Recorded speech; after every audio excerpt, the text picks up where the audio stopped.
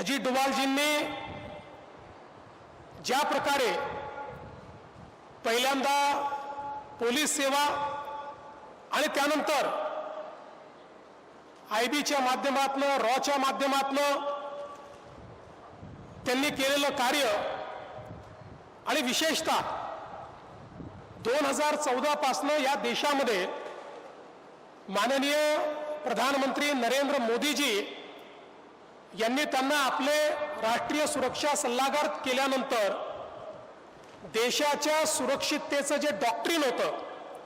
हे पूर्णपणे बदलण्याचं काम त्यांनी केलं आणि विशेषतः एक नवीन डॉक्ट्रिन प्रोएक्टिव्ह डिटेरन्स या प्रोएक्टिव्ह डिटेरन्सच्या माध्यमातून त्यांनी कुठल्याही परिस्थितीला कशा पद्धतीनं रिस्पॉन्ड केलं पाहिजे या संदर्भातली जी रणनीती तयार केली, जी कूटनीती तयार केली, आज निश्चितपणे आपण पाहतोय की आता भारत हा मार खाणारा देश राहिला नाही तर मोदीजींच्या नेतृत्वात घुसून मारणारा देश झालेला आहे। हा महत्त्वपूर्ण फरक भारताच्या संपूर्ण सामरिक शक्तीमध्ये आणि भारताच्या सामरिक नीतीमध्ये आणण्यामध्ये एक अत्यंत महत्त्वाचा रोल, एक महत्त्वाची भूमिका ही या ठिकाणी अजित डोवालजींनी त्या ठिकाणी केली आहे। त्यांचं एक अतिशय महत्त्वाचं वाक्य आहे,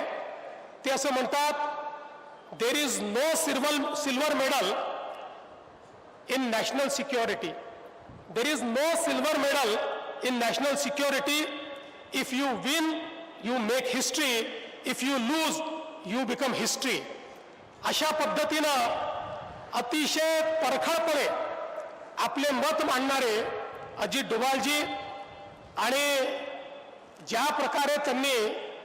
वेळोवेळी आपला जीव धोक्यात घालून स्ट्रॅटेजिकली या देशाकरता कार्य केलं, आज खरोखर त्यांच्यासारख्या व्यक्तीला ज्यांनी कधीही